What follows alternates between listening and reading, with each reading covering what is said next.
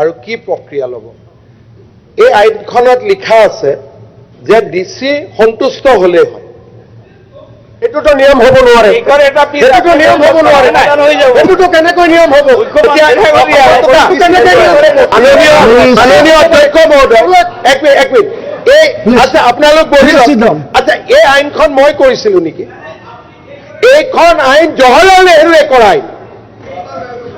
Sir যিখন সেইখনো থাকিব স্যাৰ, লিখা আছে স্যাৰ সেইখনৰ লগত। এটা মই পঢ়ি দিছো, সুপ্ৰিম কোৰ্টৰ পেৰেগ্ৰাফ আপুনি লৈ যাওক। বাজু ভাই এক minute. Honorable Supervisors, reply, please sit down. Supreme Court judgment that reference the Immigrants Expulsion from Assam Act 1950. This appears in the majority opinion authored by Justice Surya Kant. পঢ়ি দিছো মই। The provision of the Immigrants Expulsion from Assam Act 1950 shall also be read into Section 6A and shall be effectively employed for the purpose of identification of illegal immigrants. Identification. Question is the identification. Question is the identification. How the identification is established? আপোনালোকে মোৰ লগত যেনেকে debate কৰিছে, মইতো জাজ নহয়। আপোনালোকে মোক কি কৰে? মইতো সুপ্ৰিম কোৰ্ট অৰ্ডাৰ এটা পঢ়ি আছো। ভুল মোৰ যদি ভুল হৈছে, সুপ্ৰিম কোৰ্টত আপোনালোক যাব, আপোনালোকক শুদ্ধ কৰি দিব। ইয়াতে মোৰ লগত জাষ্ট ইণ্টাৰপ্ৰিটেশ্যন। স্যাৰ আমাক কেন্দ্ৰীয় গৃহমন্ত্ৰীয়ে স্যাৰ ট্ৰাইব্যুনেলখিনি বঢ়াই দিম বুলি কৈছিলে। এই জাজমেণ্টটো কথাটো হ'ল যে ইট ইজ নট এডুকুৱেট। মাননীয় গভৰ্ণমেণ্ট, আপোনালোককতো মই অসম চৰকাৰৰ হৈ উত্তৰটো দিব পাৰো, ভুল হলে মোৰ কোৰ্টত যাব। The stand of the Assam government is very clear.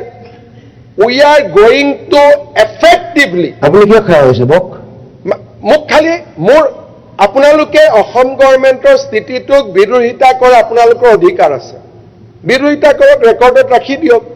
কিন্তু মোৰ স্থিতিটো হ'ল যে এতিয়াৰ পৰা অসমত বিদেশী চিনাক্তকৰণৰ ক্ষেত্ৰত আমি দুটা ৰাস্তা ল'ম। এটা ট্ৰিব্যুনেল আৰু এটা ইলিগেল এক্সপালছন এক্ট 1950। পুছবেক শব্দটো নাই, ৰিমুভ শব্দটো আছে, যে he can be remove from Assam and India. গতিকে এইখন পঢ়ি লওক, আপোনালোকৰ উকিলসকলৰ লগত আলোচনা কৰক। আমিনুল ভাই,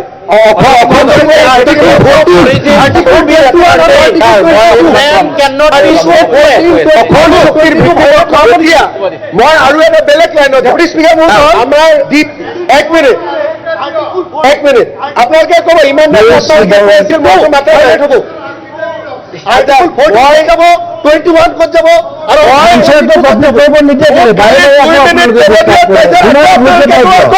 কোনো আপত্তি নাই। আপুনি আপোনাৰ বক্তব্যত গোটেই সুপ্ৰিম কোৰ্টৰ অৰ্ডাৰটো, নাগৰিকত্বৰ আইনখনকে আপুনি মুখ্যমন্ত্ৰী ডাঙৰীয়া প্লিজ অসম চুক্তিৰ ভিত্তিবৰ্ষৰ কথাটো আপুনি উল্লেখ কৰক। কৰি আছো, অসম চুক্তিৰ ভিত্তিবৰ্ষৰ নিদিয়ে আকৌ মাজত কেনেকে? এটা ডাঙৰ কথা এটা ক'ব খুজিছো, ৰফিকুল চাহাবৰ কথা।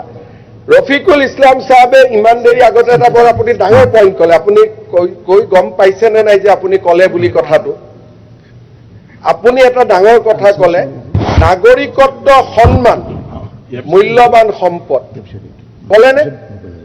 আমিতো নিজৰ থকা নাগৰিকত্ব এৰি দিছো কংগ্ৰেছ দলে। এটা ফেমিলি 4টা 3টা নিজৰ নাগৰিকত্ব এৰি দিছে নালাগে বুলি। গতিকে কংগ্ৰেছৰ কাৰণে নাগৰিকত্ব মূল্যৱান সম্পদ হ'বই নোৱাৰে। কংগ্ৰেছৰ কাৰণে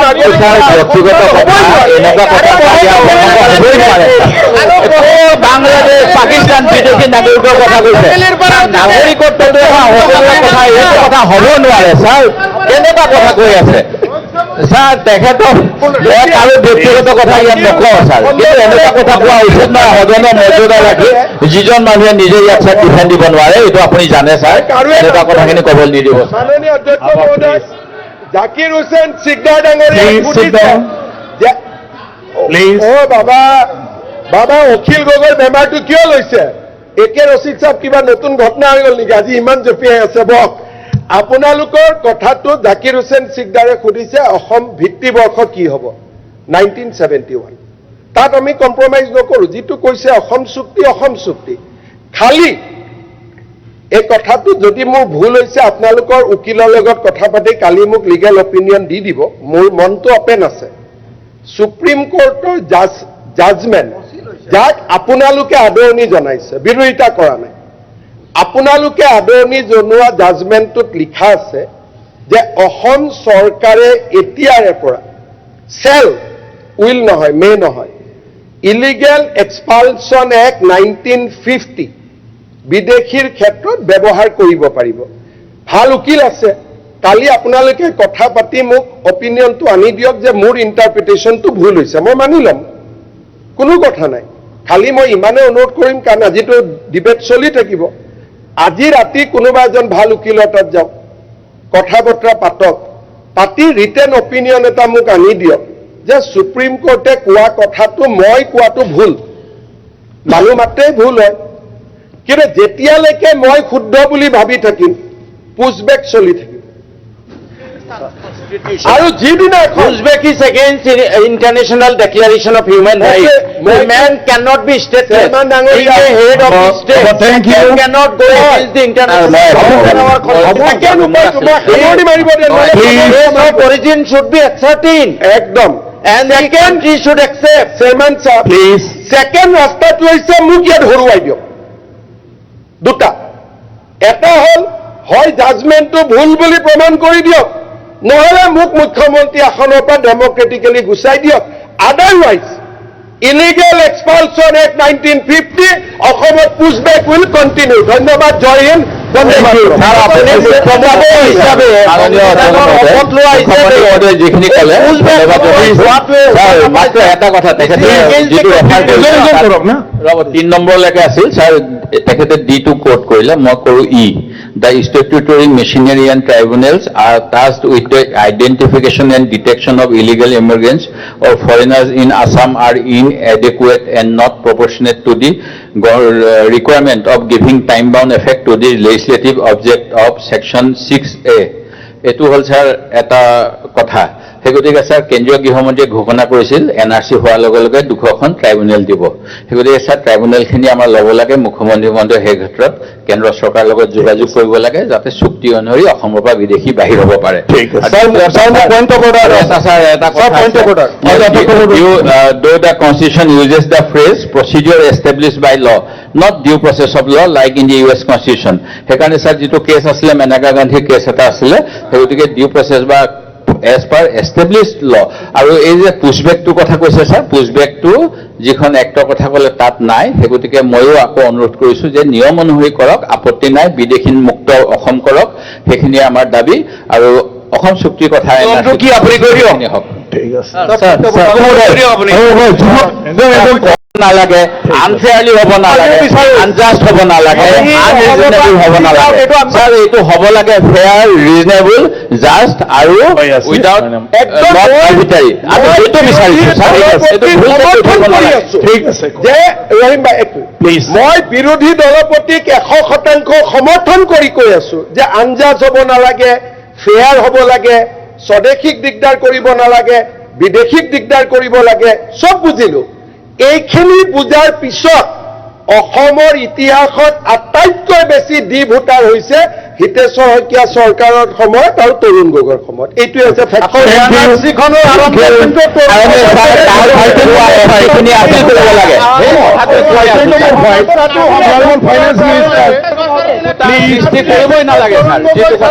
finance minister number 5 please please sit down হৈ গ'ল না আৰে 0 hour or 301 not debate হতেহি please no this is not debate এই সমস্যা বাকি তিনিটা বিষয় সমাধান কৰি তৰুণ গগৈ চৰকাৰে স্টাৰ্ট কৰিছিলে কথাও স্বীকাৰ কৰিব লাগিব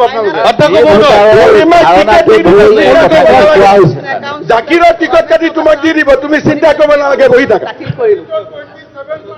thank you আৰু নহ'লে তুমি ঠেঙাত যাবা point of order